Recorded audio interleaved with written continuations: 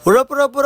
Yo, what's up mga konin? Sa pinagpalang umaga sa lahat. Pero bago ang lahat, alam niyo na kung sino to. So ngayong araw, January 9 mga konin. Esta ng ating poong Nazareno. Tara samahan niyo kami ng aking pamilya. Let's go! Finally mga konin, nandito na tayo sa may Quiapo Church. Hindi pa pala Quiapo Church to mga konin. Evangelista Street to. Na kung saan sobrang daming replika kang nakikita. Since Nino or Onins ang aking pangalan, ako isang mamamanata almost 9 years na rin. 2015, 2016 hanggang 2017 mga kaonins, nakakasalya tayo sa ating poong Nazareno. Itong mga previous years hindi tayo nakakasalya kasi tayo may trabaho. Pero hindi hadlang yun mga kaonins para gawin ang ating sinimulan. So yun, may makikita tayo mga iba't ibang klaseng replika at nandito tayo ngayon sa may Basti Church na kung saan sisilayan natin yung tinatawag nilang dunga. Maya-maya pa pala siya mangyayari mga kaonins. Agad-agad tayong pumunta sa may P. Castle Street doon sa may Arlegue para masilayan at maunang masilayan muli ang ating poong Senyor. Alam nyo mga kaonins, meron lang share sa inyo. Alam nyo ba ang pagiging mamamanata hindi lang isang tradisyon or ginugusto lang ng isang mamamanata na magpasikat or ano paman. Dahil bilang isang mamamanata mga kaonins, ang ginagawa namin to is papasasalamat at panghihingi ng kahilingan sa ating poong Senyor. Iba't ibang tao makikita natin, may bata, may matanda, may ugod-ugod na nga dyan eh. Ibig sabihin, sobrang dami talaga na mamamanata, almost ilang taon na rin na nakakalipas. Mapansin nyo mga kaonis, yung ating poon nandun na sa may bandang unahan at medyo tumaob na dahil sobrang daming gustong makita at masilayan sila. Since hindi kami makapunta dahil may kasama kaming bata, nakakita kami ng mga banda, nagulat kami, biglang lumabas sa kulay green na gate na kung saan sobrang ganda ng tugtugin nila. Shoutout pala sa anak ko, medyo pagod yan, pero anak, lahat ng ginagawa natin para sa ating poong Senyor yan. Hindi na namin napakita ang mga nangyari dahil sobrang daming mga tao na kung saan sobrang daming nag-aabang dahil paparating na ang ating Senyor. At yun na nga mga kaonis, nagdadasal na kami dyan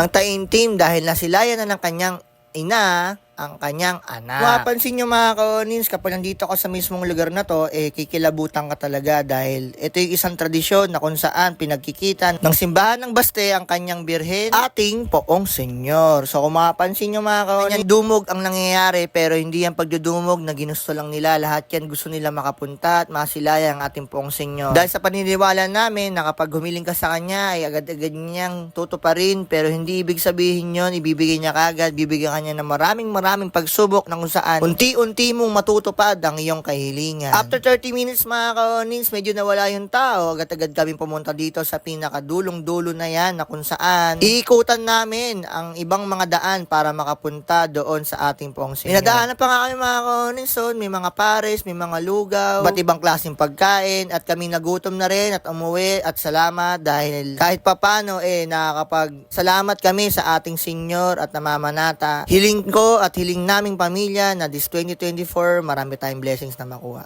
Peace out! Happy Fiesta, Batang Quiapo!